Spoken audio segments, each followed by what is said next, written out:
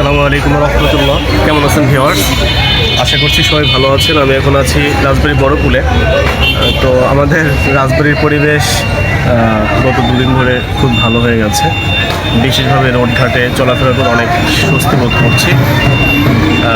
জরিমানা দিতে হচ্ছে না।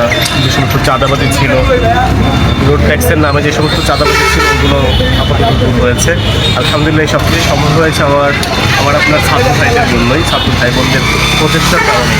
তো আমাদের রাজবাড়িতে ছাত্র ভাই বোনেরা নিজ নিজ উদ্যোগে স্বেচ্ছাসেবক হিসেবে বা সেবিকা হিসেবে সমাজ সংস্কারের কাজে নেমেছে। আলহামদুলিল্লাহ এর মধ্যেই অনেকটা ভালো ফল বয়ে আনতে পেরেছে তারা। ভিউয়ার্স, আপনাদেরকে আমি এখন এটাই দেখাবো যে তারা কতটা গুরুত্বের সাথে দায়িত্ব পালন করছে। আশা করছি আপনারা দেখে অনেক আনন্দিত হবেন যে আমাদের দেশে এমন দায়িত্বশীল ব্যক্তিত্ব এখন অবধি আছে। ভিউয়ার্স, দেখতেই পাচ্ছেন আমার ছাত্র ভাই এবং বোনেরা তারা স্বেচ্ছাসেবক বা সেবিকা হিসেবে দায়িত্ব পালন করছেন। তারা ট্রাফিক পুলিশের দায়িত্ব পালন করছে। আগে যে জায়গাটা দেখছেন এখানে প্রচুর জ্যাম থাকতো, আলহামদুলিল্লাহ এখন জ্যাম নাই, দেখতেই পাচ্ছেন ফাঁকা, এবং সমস্ত যানবাহন চলাচল করেও অনেক স্বস্তি বোধ করছে। এমনকি আমার গাড়িটাও আমি অনেকটা চাপিয়ে সাইড করে রেখেছি, মানে রোডের মধ্যে রাখার সুযোগ নাই, তারা দিচ্ছে না।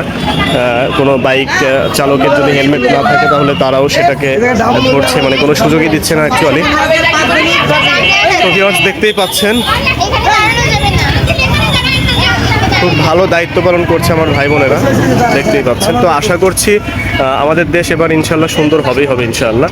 আপনারা সবাই আমার ভাইদের জন্য দোয়া করবেন। আসুন ভিউয়ার্স, আমার একজন ভাইয়ের সাথে একটু কথা বলি, যদিও ব্যস্ত। কথা বলা যাবে একটু? আপনি যে দায়িত্বটা পালন করছেন আপনার কাছে কেমন লাগছে? আলহামদুলিল্লাহ ভালো লাগছে। কোনো দাম নাই আমাদের, কেউ কোনো মানুষের সাথে খারাপ ব্যবহার জি অবশ্যই। আগে এখানে প্রচন্ড জ্যাম থাকতো, আপনাদের প্রচেষ্টার কারণে এখন জ্যাম হচ্ছে না। আমাদের কথা মানতেছে, কোনো সমস্যা নেই আমাদের। আপনাদের সুবিধাতে আমাদের সুবিধা। আমরা বললে আপনার দেশের জন্যই তো আমরা। জি জি, এটাই। অবশ্যই অবশ্যই, ঠিক আছে। আসসালামু আলাইকুম। সো ভিউয়ার্স, বুঝতেই পারলেন বিষয়টা। আসলে একজনের কাছে যে কাজটা বোঝা মনে হয়, তো 10 জনের কাছে কিন্তু সেই কাজটা বোঝা কখনোই না। বলে না যে একের বোঝা 10-এর লাঠি, বিষয়টা এমনই। আমরা সবাই যদি উদ্যোগ নিয়ে এই একইভাবে, মানে সারাটা জীবন বলেন বা সারাটা বছর বলেন, যাই বলেন না কেন, যদি উদ্যোগ নিয়ে সবাই একযোগে কাজ করা যায় তাহলে সব কিছু এরকম সহজই হবে। মানে কোনো কিছু আর কঠিন থাকবে না। সেটা দেশ সংস্কার হোক, সমাজ সংস্কার হোক বা ব্যক্তি সংস্কার হোক, সব কিছুই সহজ।